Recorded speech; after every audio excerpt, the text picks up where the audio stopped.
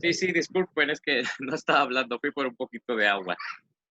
Ok, qué bueno que se conectan otra vez, bienvenidos, vamos a seguir con más temas. Bueno, creo que faltan 3, vamos a ver si se conectan ahorita, si no continuamos con más para no alargarlo.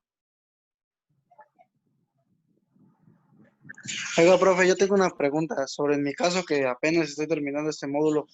¿Cómo presentaría examen? Aparte que no estoy en plataforma. Eres Kenny, ¿verdad? Sí. Ok, sí.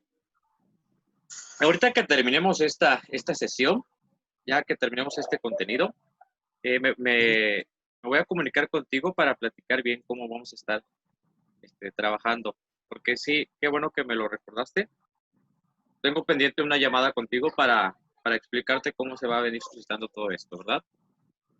Ok, muchas gracias. Sí, no se preocupe. Yo ahorita, terminando esto, me comunico con usted para que ya esté más tranquilo. Ok, gracias. Claro que sí, no se preocupe.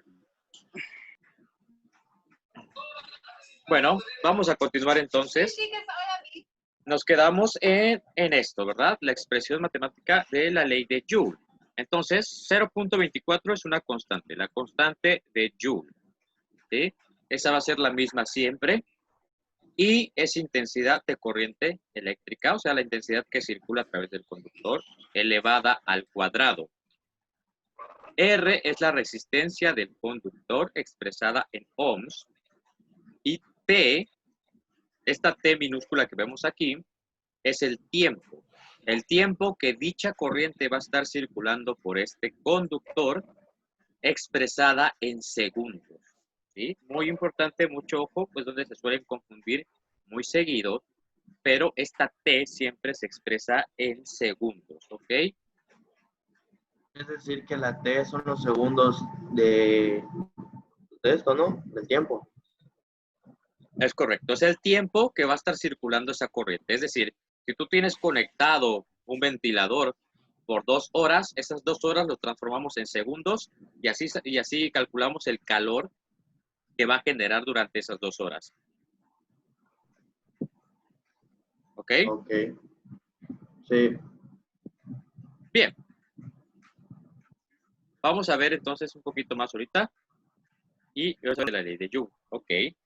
Existen muchos aparatos que utilizan este fenómeno de la ley de Joule y que producen calor a consecuencia de la intensidad de corriente eléctrica que circula a través de ellos.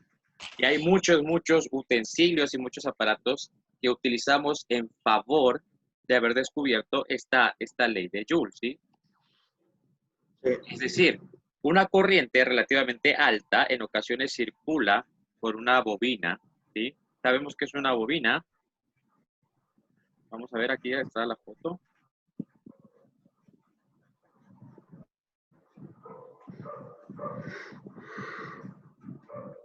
Ok. Circula entonces esta corriente a través de una bobina que presenta de varios ohms de resistencia, ¿sí?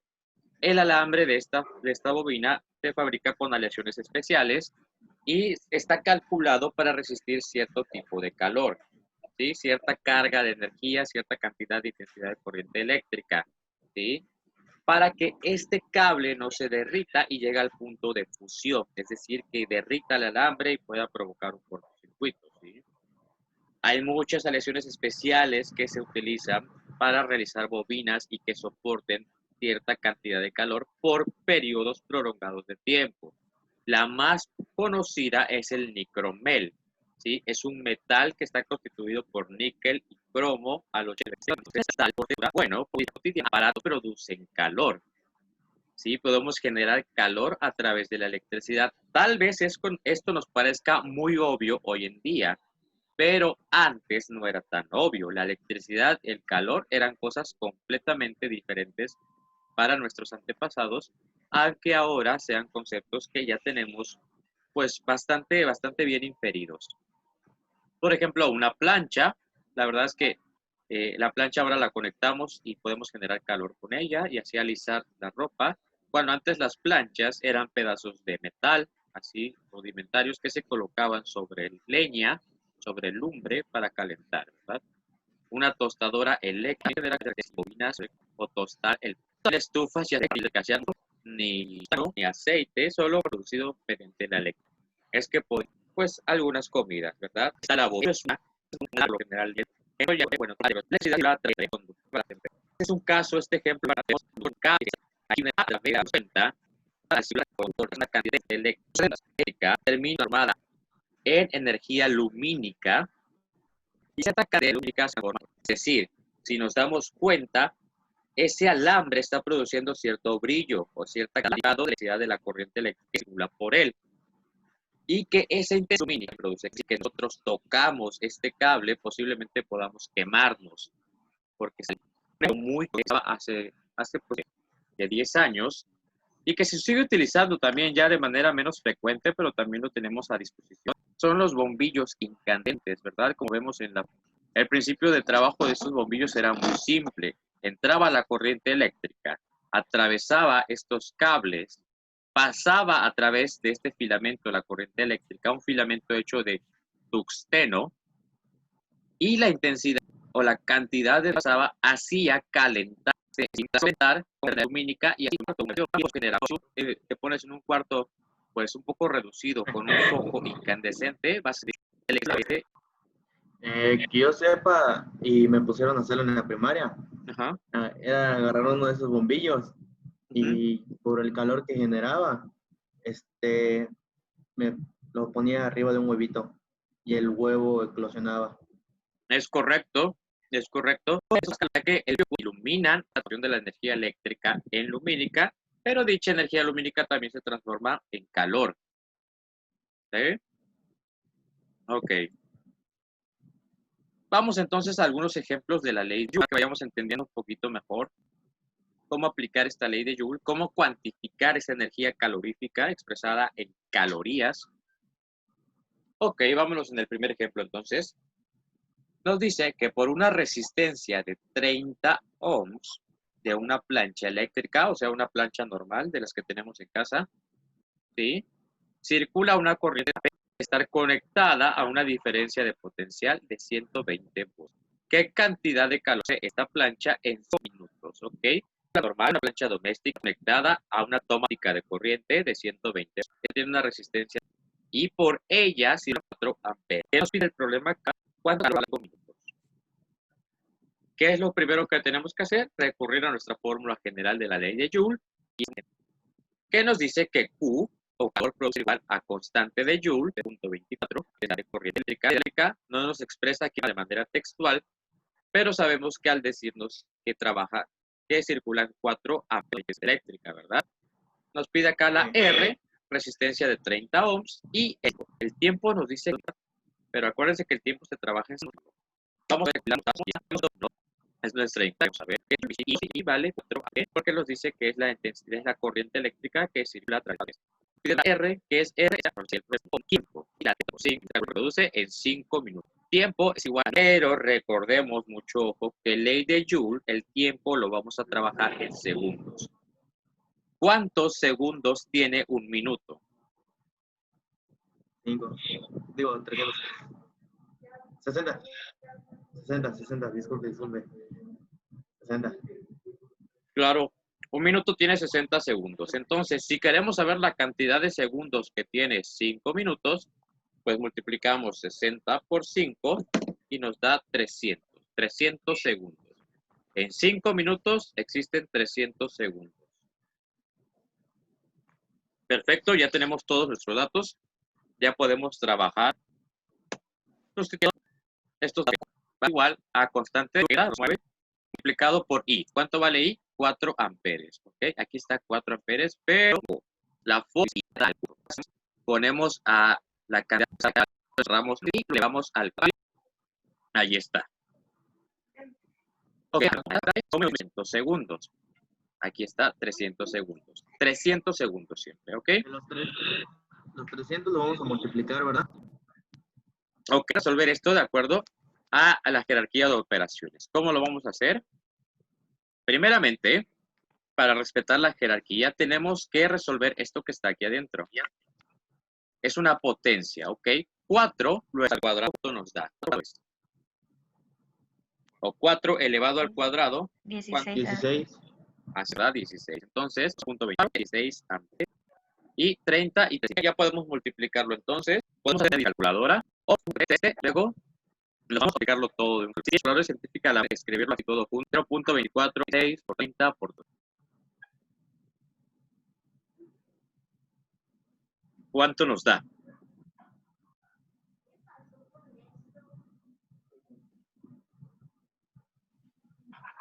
A ver, 0.24 por 16 por 30 por 300, ¿cuánto nos da? 1200. No. 0.24 por 16 por 30 por 300. Ok. Eso es lo que a mí me dio, profe. 34.560. Ok. ¿Quién es Onicham?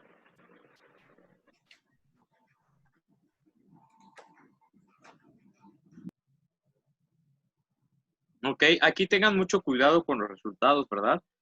Es correcto lo que nos dice el compañero y también de la compañera Alicia. Esto, vamos a ver si se alcanza a apreciar ahí. Ok, es correcto el resultado, 34.560. 34.560, pero 34.560, ¿qué? ¿Qué estamos calculando? ¿Cuál es la expresión que vamos a poner ahí? ¿De qué estamos hablando? A ver, ¿quién me puede decir cuál es el prefijo que iría aquí? No sé.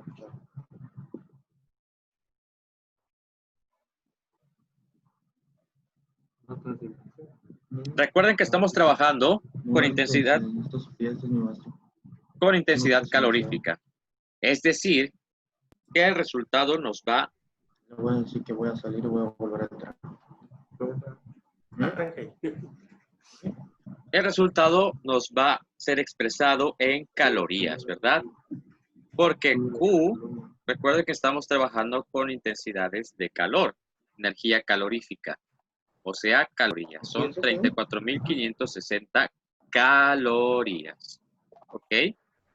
Q siempre va a ser expresado en calorías, ¿ok? Mucho ojo con eso. Está puesto. Muy bien, vamos a comenzar entonces. Vamos a continuar entonces con otro ejemplo. Por aquí tenemos otro ejemplo, ¿verdad? Nos dice este problema. Por el embobinado de un cautín eléctrico, ¿sí? Un cautín eléctrico es una herramienta que se utiliza para soldar circuitos eléctricos, ¿sí? Por este embobinado de un cautín circulan 5 amperes al estar conectado a una diferencia de potencial de 120 volts. ¿Qué calor se genera en un minuto, verdad? Ok. Este cautín tiene un embobinado porque este cautín necesita producir calor para poder soldar circuitos eléctricos, para derretir el estaño, ¿sí? El estaño es un metal con el cual se soldan los circuitos eléctricos. Entonces este cautín por eso tiene un embobinado para generar calor y poder derretir ese estaño. El estaño es un metal bastante noble que se derrite muy, muy blando, que se derrite a bajas temperaturas, ¿ok? Entonces es un cautín por el cual circulan... El estaño, profe. Sí. El estaño es como que parece crema, ¿no? No, esa es grasa para soldar. Ah. No, esa es grasa para soldar. El estaño es, normalmente viene en un rollo. Es un metal muy suave. De hecho, con tu mano lo puedes doblar así muy fácil. Ok, entonces por este cautín circulan 5 amperes. Está conectado a una toma doméstica de 120 volts. Y nos pregunta aquí qué calor genera en un minuto. Ok, aquí hay algo un poquito raro, ¿verdad? ¿Podemos utilizar la ley de Ohm de manera general? ¿Alguien me puede decir si puedo utilizar esta ley de Ohm de manera general? No. Esta que tenemos aquí, ¿la podemos utilizar tal cual en este problema? No. No, ¿verdad? Porque nos falta una variable. El problema nos da a intensidad de corriente eléctrica. Aquí está, 5 amperes. Nos da la diferencia de potencial, o sea, 120 volts. Nos da el tiempo que queremos calcular, pero no nos está dando a la R, no nos está dando la resistencia del cautín, ¿sí? ¿Qué es lo primero que tenemos que hacer entonces? Bueno, recurrir a nuestro orden de datos, ¿verdad? Ok, conocemos a Q, no es nuestra incógnita. Conocemos a I, sí, la I es la intensidad de corriente, o sea, 5 amperes. En este caso conocemos a R, no, ¿verdad? No nos están diciendo la resistencia de este cautín. Conocemos a T, nos preguntan el calor que se genera en un minuto. Entonces, T va a ser 1 minuto y 1 minuto es igual a 60 segundos. ¿Ok? Pendientes con eso, siempre que trabajemos con ley de Joule y tiempo se expresa en segundos. ¿Ok? Pero entonces, ¿para qué nos sirve la B? ¿Por qué nos están dando aquí la diferencia de potencial que es de 120? Si en esta fórmula no nos la pide, no nos sirve. Bueno, pues como conocemos la intensidad de corriente y conocemos la diferencia de potencial, nosotros mismos podemos calcular la resistencia del cautín. Regresamos a nuestra ley de Ohm. Sí, vamos a consultar entonces nuestras fórmulas de ley de Ohm. Y nos dice la ley de Ohm que para calcular resistencia tenemos que dividir diferencia de potencial, que es la B, entre intensidad de corriente eléctrica, que es la I. Conocemos a la B, sí, B es igual a 120 volts. Y la I tiene un valor de 5 amperes. ¿Ok? Entonces solo sustituimos estos datos. Resistencia va a ser igual a 120 dividido entre 5 amperes. 120 entre 5, ¿cuánto nos da? 24. ¿24 qué? 24 ohms. Correcto, ¿verdad? Porque resistencia se mide en ohms. Ok, ya tenemos entonces a nuestra R, ya tenemos la resistencia. Ahora sí podemos aplicar esta fórmula que vemos aquí. Sustituimos resultados. Q va a ser igual a constante de Joule, o 0.24, ahí se queda, por I. I vale 5 amperes, pero elevado al cuadrado. No se olviden de que por R, realizamos esta operación matemática. 25.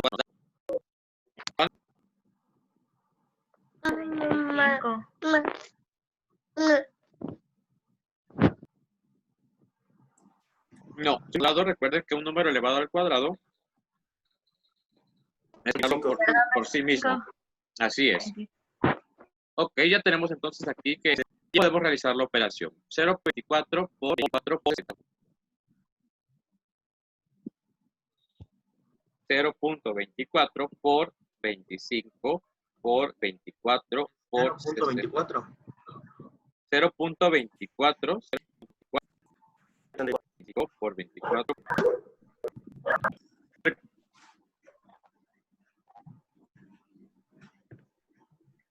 Ok, ¿alguien más? ¿Alguien más que quiera expresar su resultado? A mí me dio, no sé por qué, pero me dio 8640.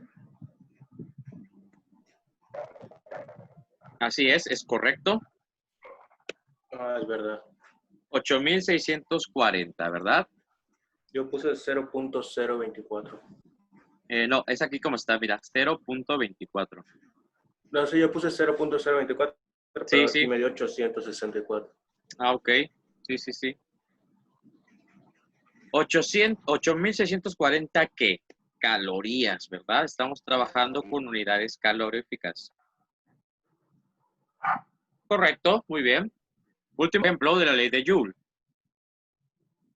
Un radiador eléctrico, ¿sí? Aquí por la zona no tenemos radiadores eléctricos porque pues de por sí todo el año hace calor, pero en otros lugares que hace frío necesitan de estos radiadores eléctricos para calentarse en invierno. Un radiador eléctrico tiene una resistencia eléctrica de 40 ohms, ¿sí?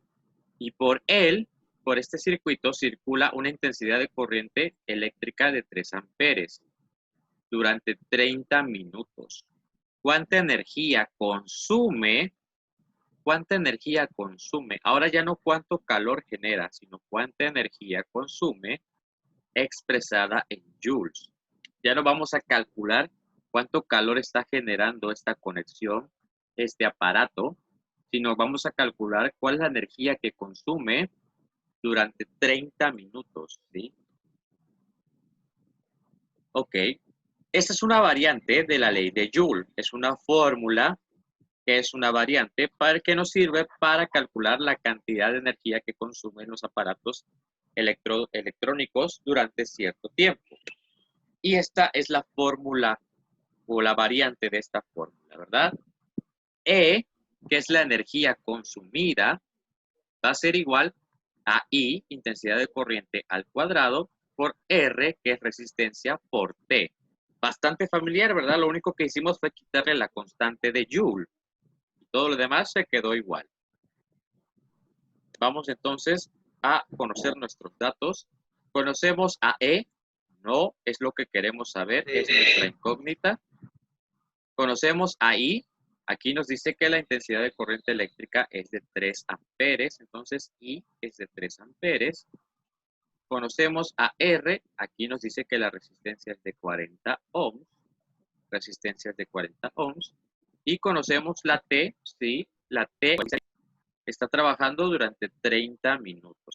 Volvemos a lo mismo. El tiempo es en segundos. Entonces, multiplicamos 30 minutos por 60, que es la cantidad de segundos que tenemos en un minuto. 1000, ¿verdad? Tenemos todos nuestros datos. ¿Qué es lo que hacemos? Sustituimos en la fórmula.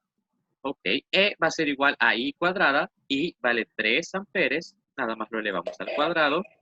Multiplicado por resistencia, que vale 4. Multiplicado por el tiempo, 100 segundos. Primer paso, vamos a eliminar este exponente. 3 elevado al 9. Así es. 3 multiplicado por 1800. Ahora sí puedo utilizar esto. 9 por 40 por 1800.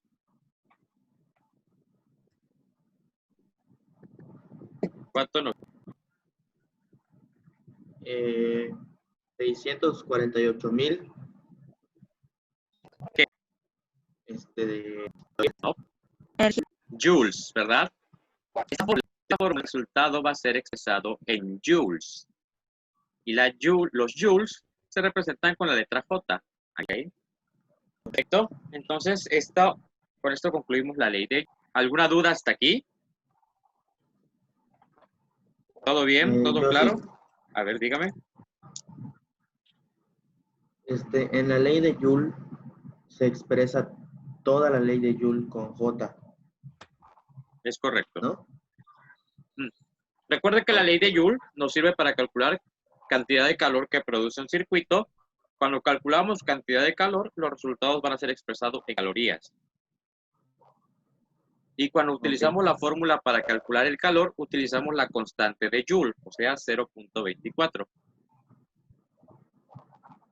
En el caso de que nos pidan calcular cuánta energía se consume, utilizaríamos esta fórmula, la E. Si se da cuenta, aquí ya no existe la constante de Joule, ¿sí?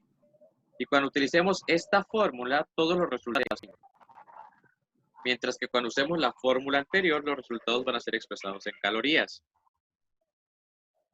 ¿Sí? Si usted en la fórmula ve la E al principio, el resultado va a ser en joules.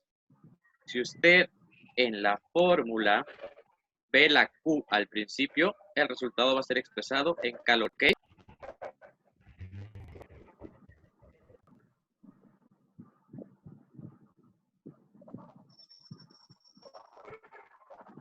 Ok, ¿ya me puede escuchar mejor? Ya, profe. Ok, le decía que si usted ve la fórmula y observa la letra Q al principio, el resultado será expresado en calorías. Pero si usted ve la fórmula y ve la letra E al principio, el resultado va a ser expresado en joules. ¿Ok? Ok. Bueno, perfecto. Si nadie más tiene dudas, continuamos con más temas. Ok, vámonos entonces con esta sección 3, que es de dónde viene la electricidad. ¿Sí? Ok, entender el comportamiento electromagnético que existe en la naturaleza ha sido una de las más grandes aportaciones y de los más grandes descubrimientos que hemos tenido la humanidad en sí, ¿sí? Ahora, hoy en día, es difícil imaginarse el mundo y el desarrollo tecnológico de otra manera, ¿verdad? O sea, todo depende de la electricidad, del magnetismo y de circuitos eléctricos y demás, ¿verdad? Todos los días estamos expuestos a todos estos avances tecnológicos que antes no teníamos, ¿sí? Pero bueno, como existe en la naturaleza de manera, pues ahora sí que natural y salvaje, todo fenómeno tiene un costo, ¿verdad? Y no se refiere a un costo monetario, sino que todo fenómeno natural se realiza a expensas de otro, ¿sí? Es decir, para que exista algo debe realizarse a expensas de otro, como veíamos hace rato, ¿no? El foco incandescente lo utilizábamos para iluminar, pero esta iluminación también se producía a expensas del calor, ¿verdad? O sea que era una por otra. Tal vez sí estabas iluminado, pero tenías más calor, ¿sí? Todo requiere intercambio energético, ¿sí? Recordemos ese gran postulado.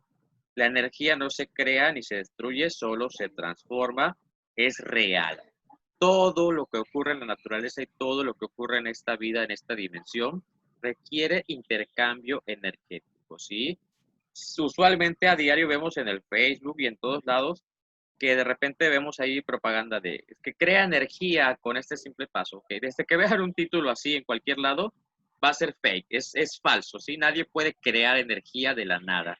Es algo imposible, es algo que desde su propio nombre ya se está delatando. O sea, crear energía de la nada no existe. El concepto de energía infinita es un poco abstracto y el hecho de que alguien piense que está creando energía, pues ahí ya está pues muy dudosa su reputación, ¿verdad? Entonces, si ustedes llegan a ver a alguien que les dice cómo crear energía, inmediatamente descártenlo porque recuerden que esto no es posible. Todo se requiere a cambio de un intercambio energético. Ok, entonces toda esta energía eléctrica y todo este concepto se engloba dentro del electromagnetismo, ¿sí? La, ¿cómo se llama decir? La energía atómica igual necesita del electromagnetismo. No necesariamente. La energía atómica interactúa en otros conceptos a través de enlaces a nivel molecular, ¿sí? Muchos de estos enlaces a veces se rompen o se elevan a puntos de fisión o fusión para generar energía atómica, ¿sí? Ok. Un principio Sí. muy simple, por ejemplo, para realizar una explosión atómica, se requiere dividir un átomo en dos. Aunque suene bastante sencillo, esto requiere demasiada energía para poder realizarse. Un átomo, una partícula demasiado pequeña, al dividirse o al separarse en dos, genera una gran cantidad de energía. Y es por eso que se puede de condensar en una explosión y así es como se genera una bomba atómica. Ok.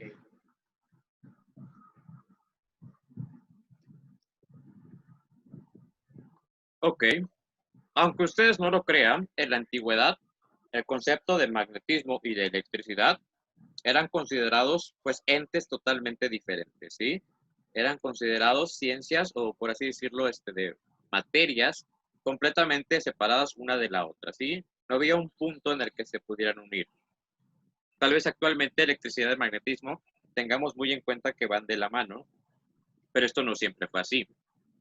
La verdad es que primero se estudió el magnetismo, ¿sí? Se descubre el magnetismo en una región de Asia conocida como Magnesia, de ahí el nombre, ¿verdad? En honor a esta región. Los habitantes de esta región observaban que habían unas rocas que interactuaban entre ellas, es decir, se atraían o se repelían unas rocas a otras, ¿sí?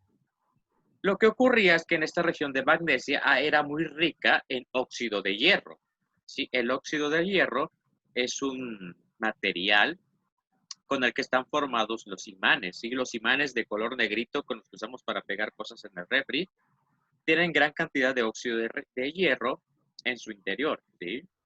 Entonces, es un componente primordial de los imanes. Estas rocas realmente tenían bastante óxido de hierro entre sí y por eso interactuaban. ¿Sí? Ok. Bueno, pues el magnetismo primero fue estudiado por los griegos, pero solo se utilizaba como una curiosidad. Realmente no se le daba ninguna aplicación práctica, solo era como para divertirse o para como un juguete novedoso, ¿sí? Fueron los chinos, para variar, quienes encontraron un uso realmente a este magnetismo, creando así la brújula, ¿sí? Fueron los chinos los que inventaron la brújula, dándole una aplicación práctica a este concepto de magnetismo, ¿verdad? Para que nos pudiéramos ubicar geográficamente utilizando los imanes. De ser un juguete novedoso pasó a ser un gran invento que permitió la navegación y permitió también, pues, la orientación de manera ya más precisa. Ok, a partir de esto, electricidad y magnetismo se van interactuando, se van entrelazando un poquito entre sí, generando así el concepto que conocemos hoy en día, ¿verdad? Ya casi,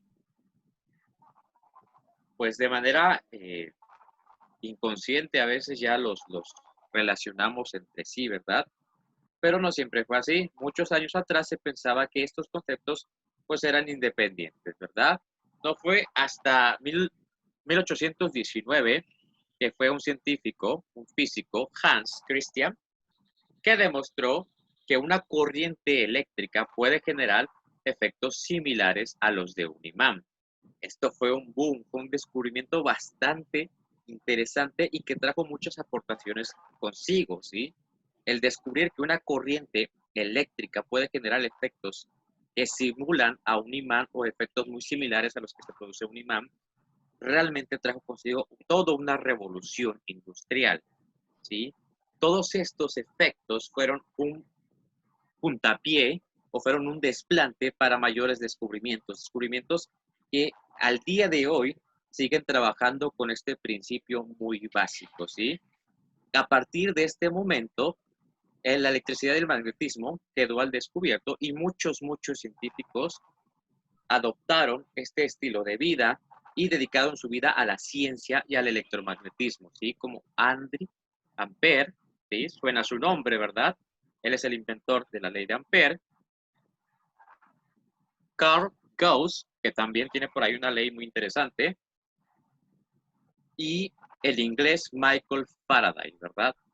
Que es uno de los científicos más famosos de los físicos, que en lo personal es de mis favoritos. Si ustedes tienen la oportunidad más adelante de buscar en Facebook a Michael Faraday en la serie Cosmos, es una historia bastante inspiradora, bastante motivacional y muy padre. La verdad que todo lo que aportó Michael Faraday debería ser pues un icono mayor.